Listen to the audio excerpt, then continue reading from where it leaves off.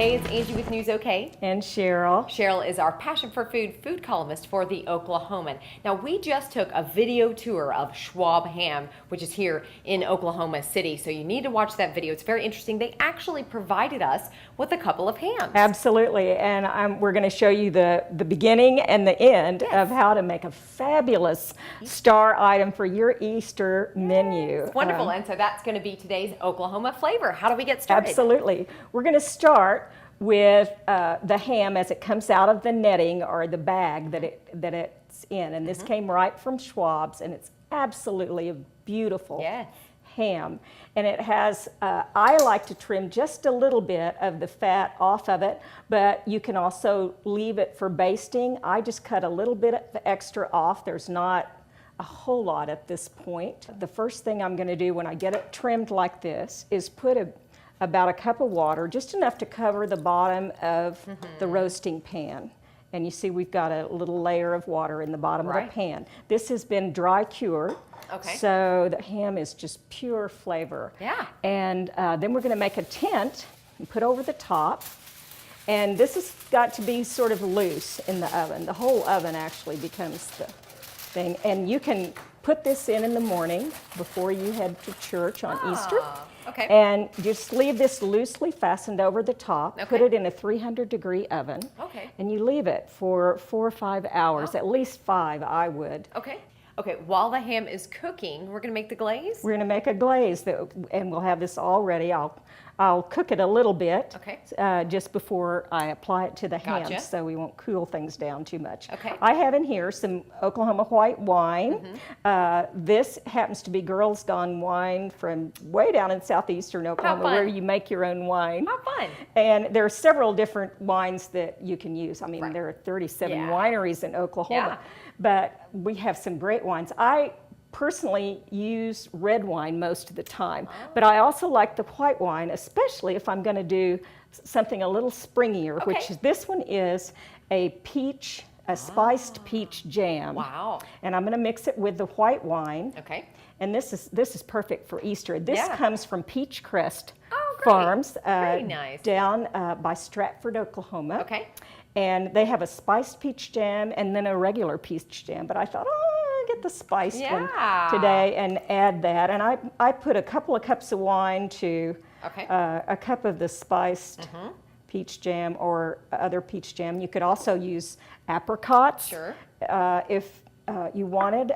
Garden Club also makes a nice sweet jam. And this is mustard. You can use Garden Club or any ballpark mustard, or you can also use some of the great mustards that the Prairie Gypsies make, which is really nice, and that's also an Oklahoma product. Yeah, so we're just stirring up a little Oklahoma glaze to go on that ham, and then I put this on the burner just before the ham comes out of the oven. Okay, here's our wonderful ham. Yes. Tell us what we do now. Well, we're just, for the sake of television, we're going to pretend that this has been in the oven for 5 hours. Okay. And I'm going to take it out, and the first thing I'm going to do is I'm just going to start scoring it. And I go maybe a 1/4 of an inch deep. Okay. You could go a little deeper if you want, but I don't see it's necessary. And I go about 1.5 inches apart, just making little diagonal lines all the way up to where Schwab trimmed the skin from the ham. Now these will, after the ham's been in the oven, there'll be very prominent lines because you'll see, and they'll separate slightly when you cut them. Okay. So it'll be a little easier to do even then. And this looks really beautiful when it's finished. So you kind of make a pattern. We have one ham that we've totally finished, so you can see how it's going to look. Yes. And these are just like little diamond patterns. And then you're just going to take your glaze, and I just start spooning it over the ham. Very nice. And all those little pieces of peaches kind of sit around there. And they can drain in the slots. They drain into the slots and infuse this ham in the last few minutes of baking with some gorgeous, fabulous flavor. Just unbelievable. So once we get done doing this, then you put it back in the oven. Then I put it back in the oven, but I leave the tent off. and I let this just sort of caramelize and brown on the top, and then it makes it gorgeous. And so with For about 45 minutes? Okay. Yeah, about 45 minutes or an hour till it gets just whatever kind of shade of brownness you like. And then I let the ham rest for 10 or 15 minutes before serving. Okay. This is the beautiful finished ham. This is gorgeous. It's absolutely beautiful. I garnished this one with some apricot halves and arugula. Yeah. The arugula came from Peachcrest Farms also. There you go. Which is really nice. You can get it at Forward Foods here in Oklahoma City. Yes. And so you've got lots of Oklahoma flavor right here. I've packed it in as much as possible. And you see how our jam has sort of caramelized with the wine.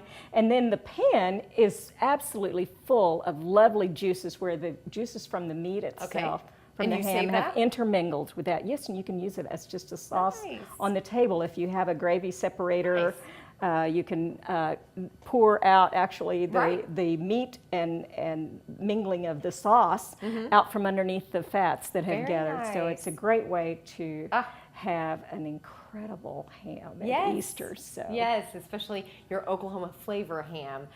This is a great idea for Easter and any time of the year. Schwab Ham is obviously, we're very thankful to them for providing us with these wonderful hams. So for this recipe, more on this, you can check out the Oklahoman in the Like section under Sherrel Jones' Passion for Food food column, and she will give you all the tips on how to do your wonderful Easter ham. Thank you so much. Thank you.